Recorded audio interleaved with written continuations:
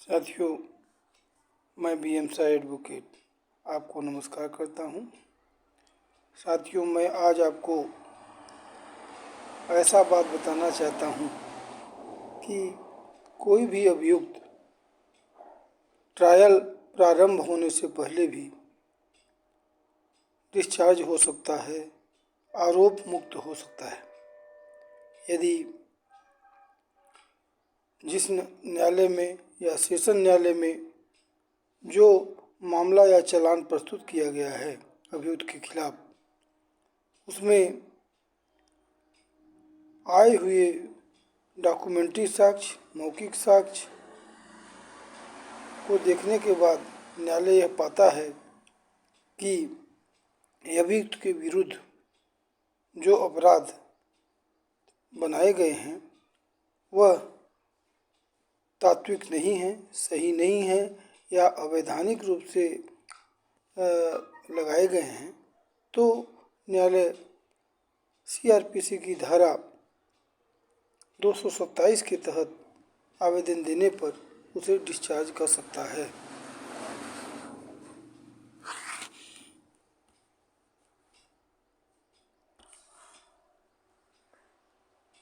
साथियों, दंड प्रक्रिया संहिता की धारा 227 उन्मोचन का उल्लेख करती है। इस धारा के शब्दों के अनुसार यदि मामले के अभिलेख और उसके साथ दिए गए दस्तावेजों पर विचार कर लेने पर और इस निमित्त अभियुक्त और अभियोजन के निवेदन की सुनवाई कर लेने के पश्चात न्यायाधीश यह समझता है कि अभियुक्त के विरुद्ध कार्रवाई करने के लिए पर्याप्त आधार नहीं है, तो वह अभियुक्त को उन्मोचित कर देगा और ऐसा करने के अपने कारणों को उस आदेश में लेखबद्ध करेगा।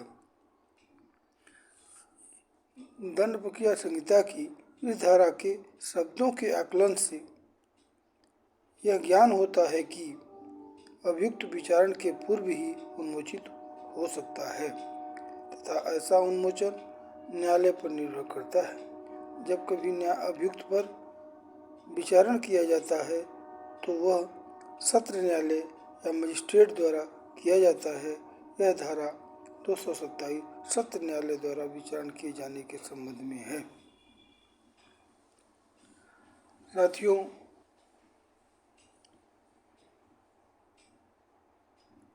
जब यह न्यायालय पाता है कि अभियुक्त के विरुद्ध कार्यवाही करने के लिए पर्याप्त आधार नहीं है, तो अनुचित अभियुक्त को उन्मोचित कर देगा। ऐसा करने का कारणों को लेखबद्ध करेगा। ऐसा एक जजमेंट हुआ मोहम्मद अकील बनाम दिल्ली राज 1988। इस मामले में कहा गया है कि अभियुक्त के विरुद्ध प्रथम दृष्टया कोई अपराध बनता है या नहीं।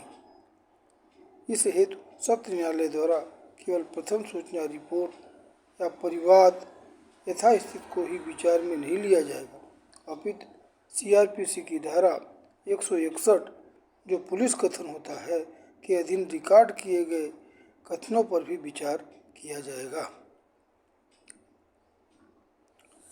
अंतिम प्रतिवेदन प्राप्त होने के बाद यदि न्यायाधीश को यह लगता है कि अभियुक्त के विरुद्ध प्रथम दृष्टया कोई मामला नहीं बनता है, तथा साक्ष्यों का अवलोकन करने के बाद यह जानकारी प्राप्त होती है कि जो प्राथमिकी दर्ज की गई है उसके बाद की कहानी अभियुक्त को दोषी सिद्ध कर पाने में सफल नहीं होगी, तो ऐसी परिस्थितियों में धारा 227 का उन्मोचन किया जाता है। साथियों, एक मामला माननीय सुप्रीम कोर्ट का है जो जगजीत चंद्र बनाम SK Sharma AIR 1999 supreme court 217 में उच्चतम न्यायालय ने अब निर्धारित किया कि यदि तथ्यों और परिस्थितियों के आधार पर मामला सिविल प्रकृति का बनता है तो अभियुक्त को आपराधिक आरोपों से उन्मोचित किया जा सकता है। इस वाद में कंपनी के अधिकारी को कंपनी ने सेवा के दौरान रहने के लिए कंपनी का घर दिया था। बाद में वह अधिकारी कंपनी की सेवा में नहीं रहा, फिर भी उसने कंपनी का आवास खाली नहीं किया।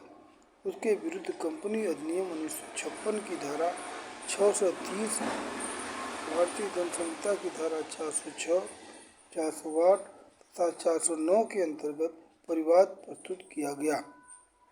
न्यायालय ने इस प्रकरण को सिविल प्रकृति का मानते हुए आपराधिक आरोपों से अभियुक्त को उन्मोचित कर दिया। चूँकि साथियों, जब कोई मामला सिविल प्रकृति का है तो यदि उस पर आपराधिक प्रकरण चलाया जाता है तो वह आपराधिक प्रकरण समाप्त हो जाता है। पीड़ित पक्षकार कभी कभी सिविल प्रकृति के मामलों को आपराधिक प्रवृत्ति के मामलों में परिवर्तित कर देता है, जबकि प्रकरण सिविल प्रकृति का होता है। सिविल प्रकरण के संचालन एवं उसके संस्थित किए जाने की प्रक्रिया आपराधिक प्रकरणों से थोड़ी कठिन होती है। इस कठिनाई से बचने हेतु व्यक्ति आपराधिक प्रकरण संस्थित करवाने का प्रयास करता है। साथियों, आपराधिक प्रकृति के मामलों से व्यक्ति ज़्यादा डरता है, ज़्यादा परेशान हो जाता है, इसलिए लोग कोशिश करते हैं कि आपराधिक प्रकृति के मामलों को ज़्यादा से ज़्यादा चलाएं, जिससे कि डर कर वह अपने सही स्थान पर आ जाए। इसी तरह से एक मामला था महाराष्ट्र राज्य बनाम सलमान खान। 2004 के मामले में यह बात कही गई है कि आपराधिक प्रकरणों में विचारण संबंधी विधि में यह व्यवस्था दी गई है कि उपलब्ध साक्ष्य के अनुसार कार्रवाई के किसी भी चरण में आरोपों में परिवर्तन किया जा सकता है। अतः यदि विचारण के किसी भी चरण में साक्ष्य के आधार पर मजिस्ट्रेट यह अनुभव करता है कि प्रकरण का विचारण वरिष्ठ न्यायालय द्वारा किया जाना चाहिए तो वह मामले को संबंधित न्यायालय को सुपुर्द कर देगा। साथियों, धारा 216 CRPC में उल्लेख है कि यदि मामले को विचारण के समय अगर यह पाया जाता है कि इसमें उक्त अपराध नहीं बनता या उक्त अपराध बनता है और एक्स्ट्रा बनता है तो धारा 216 में जो चार्ज लगता है उसमें भी परिवर्तन किया जा सकता है। एक मामला है साथियों सुमन बनाम मध्य प्रदेश राज्य। इस मामले में यह तय किया गया कि एक बार मजिस्ट्रेट द्वारा मामला सत्र न्यायालय को कमिट करने के पश्चात उस पर सत्र न्यायालय की अधिकारिता होगी। विचारण के दौरान यह पता लगता है कि मामला सत्र न्यायालय द्वारा विचारणीय नहीं है, फिर भी उस मामले में सत्र न्यायालय की अधिकारिता बनी रहेगी और उसके विचारण से वंचित नहीं होगा। अगर कोई मजिस्ट्रेटियल ट्रायल भी है, यदि उसे सत्र न्यायालय में भेज दिया गया है विचारण के लिए, तो वह अंतिम समय तक वह सेशन कोर्ट के ही विचारण में रहेगा। जैसे कि कुछ मामले होते हैं साथियों कि जो काउंटर मामले होते हैं, जिसमें एक पक्ष के ऊपर मजिस्ट्रेट के ट्रायल के मुकदमे होते हैं और एक पक्ष का सेशन ट्रायल के, तो दोनों का मामला एक साथ ही चलता है, चूँकि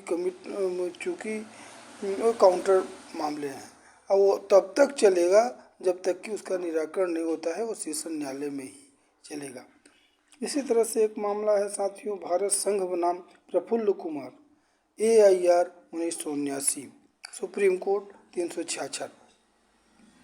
इस मामले में अभिमत व्यक्त किया गया कि धारा 227 के अधीन अपनी अधिकारिता का प्रयोग करते समय न्यायालय को साक्ष्य दस्तावेजों के आधार पर मामले का बारीकी से विचारण करना चाहिए तथा मामले की कमजोरियों की ओर विशेष ध्यान देना चाहिए। यदि न्यायालय का यह समाधान हो जाता है कि अभियुक्त के अपराधी होने के विषय में तनिक भी संदेह है तो उसे संदेह का लाभ देकर उन्मोचित कर देना ही न्याय हित में उचित होगा। बहुत ही अच्छा ये जजमेंट है साथियों, जो कि किसी को यदि झूठा फंसाया जाता है और उसके विरुद्ध में कोई साक्ष्य नहीं है तो यह मामला, ये जजमेंट जो है आपके लिए बहुत ही उपयोगी है साथियों। इसी तरह से एक मामला है साथियों नीलोफर बनाम गुजरात राज्य 2004। इसमें अभियुक्त के विरुद्ध वेश्यावृत्ति के निवारण के लिए बनाए गए अनैतिक देह व्यापार निवारण अधिनियम 1956 की धारा 4 तथा 9 के अंतर्गत आरोप था कि अभियुक्त इस अपराध की शिकार हुई लड़कियों को एक स्थान पर ले जाकर उन्हें वेश्यावृत्ति के लिए दुष्प्रेरित और प्रलोभित किया, उन्हें वेश्यावृत्ति करने के लिए लालच दिया। इन लड़कियों को किसी ऐसी जगह पर रखा गया जहां से उनके मांग होने पर आपूर्ति की जा सके। ग्राहक इन लड़कियों की मांग करते थे तथा इस स्थान से यह लड़कियां सप्लाई कर दी जाती थी। न्यायालय ने इस धारा 6 के अधीन निरोध मानते हुए अभियुक्तों को दोषी माना तथा उन्हें उन्मोचित किए जाने से इनकार कर दिया। ऐसे ही उसमें 227 दिया गया था साथियों, लेकिन नहीं माना। इसी तरह से एक मामला है साथियों, सायरा बानो बनाम झारखंड राज्य 2006। इसमें अभियुक्त के विरुद्ध आरोप था कि उसने परिवादी की अवयस्क पुत्री का अपहरण करके भगाया तथा अन्वेषण के दौरान एकत्रित किए गए साक्ष्य सामग्री तथा पुलिस डायरी के आधार पर ऐसा प्रतीत नहीं होता था कि अभियुक्त ने उक्त बालिका का अपहरण करने का कोई षड्यंत्र किया हो। अभियुक्त के विरुद्ध कोई प्राथमिक साक्ष्य उपलब्ध नहीं होने के कारण उसे धारा 227 CRPC के अंतर्गत उन्मोचित कर दिया गया था साथियों। तो इस तरह से उसमें साक्ष्य का विश्लेषण किया गया। जो चालान के इन्वेस्टिगेशन में जो साक्ष्य आई थी उनका निरीक्षण किया गया, जिसमें पाया गया था कि उसके ऊपर अपहरण करने का कोई कृत्य या कोई अपराध नहीं प्रतीत होता है, तो उसको धारा 227 के तहत उन्मोचित कर दिया गया था। इसी तरह से साथियों मजिस्ट्रेट भी उन्मोचित कर सकता है। दंड प्रक्रिया संहिता की धारा 245 के अंतर्गत अभियुक्त को मजिस्ट्रेट द्वारा उन्मोचित किए जाने का उल्लेख है। धारा 245 के अंतर्गत मजिस्ट्रेट को यह शक्ति दी गई है कि इस धारा में उन परिस्थितियों का उल्लेख किया गया है जिनमें पुलिस रिपोर्ट से भिन्न आधार पर संशयित वारंट मामले में अभियुक्त को उन्मोचित कर सकता है। साथियों सेशन कोर्ट में धारा 227 CRPC के तहत उन्मोचन होता है तथा मजिस्ट्रेट कोर्ट में धारा 245 CRPC के अंतर्गत अभियुक्त को उन्मोचित किया जाता है।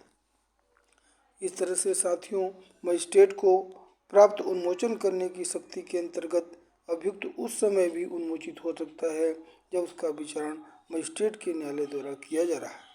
जब पुलिस ने अपना प्रतिवेदन मजिस्ट्रेट के न्यायालय में प्रस्तुत कर दिया हो तथा मजिस्ट्रेट ऐसा विचारण करने के लिए सशक्त है, तो मजिस्ट्रेट विचारण के पूर्व ही समस्त साक्षी और दस्तावेजी साक्ष्यों पर विचार कर लेने के पश्चात अभियुक्त को विचारण के पूर्व भी उन्मोचित कर सकता है। इसी प्रकार से यदि किसी मजिस्ट्रेट के न्यायालय में किसी व्यक्ति के ऊपर मारपीट का कोई मामला संस्थित है तो प्राथमिक साक्ष्य जैसे धारा 161 के साक्ष्य जिसे पुलिस द्वारा अपने प्रतिवेदन में प्रस्तुत किया जाता है, ऐसे बयान साक्ष्यों से यह प्रतीत होता है कि अभियुक्त के विरुद्ध मारपीट का कोई मामला नहीं बनता, तब उस पर विचारण चलाए जाने का कोई औचित्य नहीं रह जाता। तो ऐसी सुगम परिस्थितियों में मजिस्ट्रेट द्वारा अभियुक्तों को उन्मोचित किया जा सकता है। इसी तरह से साथियों धारा 243 CRPC के अधीन मजिस्ट्रेट से अपेक्षित रहता है कि वह अभियुक्त की दोष सिद्धि के लिए प्रथम दृष्टया मामला निश्चित करे। संज्ञान लेने की जो बात होती है साथियों, मजिस्ट्रेट को संज्ञान लेने की पूरी छूट रहती है। मजिस्ट्रेट ऐसे साक्ष्य पर विचार नहीं कर सकेगा जो अभी प्रस्तुत न किए गए हों। यदि अभियुक्त के विरुद्ध कोई प्रथम दृष्टया मामला बनता है तो ही मजिस्ट्रेट उसके विरुद्ध आरोप परिचित करेगा। इसी तरह से साथियों बिहार राज्य बनाम बैजनाथ प्रसाद AIR 2002 के मामले में जो इन्वेस्टिगेशन के समय एकत्रित किए गए प्राथमिक साक्ष्य के आधार पर अभियुक्त के विरुद्ध आरोप विरचित किया जाना गया था वह उसके उस अभियुक्त के खिलाफ पर्याप्त था। उच्च न्यायालय इस आधार पर अभियुक्त को उन्मोचित कर दिया था कि उसका प्रकरण 7 वर्षों से लंबित था। उच्चतम न्यायालय ने उच्च न्यायालय के इस निर्णय को अनुचित मानते हुए इसको उन्मोचन के प्रावधानों को प्रतिकूल माना और केवल 7 वर्ष के बाद के आधार को लेकर जो उन्मोचन हुआ था उसको निरस्त कर दिया। इसलिए उसका विचारण आवश्यक था। आरोप विरचित हो जाने के पश्चात उन्मोचित नहीं हो सकता। जब अभियुक्त के पर आरोप विरचित कर दिए जाते हैं तो फिर किसी भी परिस्थिति में अभियुक्त का विचारण किया ही जाएगा। अगर साथियों चार्ज लग गया तो उसमें चार्ज लगने के बाद ट्रायल प्रोग्राम बनता है और उसी के अनुसार अभियोजन साक्ष्यों का साक्ष्य लेता है और साक्ष्य लेने के बाद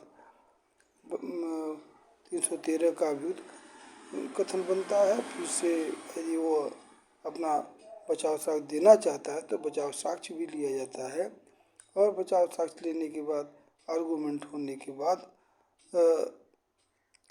न्यायालय जो है अपना निर्णय पारित करता है जिसमें दंडादेश पारित हो सकता है और उसे आरोप से मुक्त भी किया जा सकता है। इसी के साथ साथियों जय हिंद जय भारत।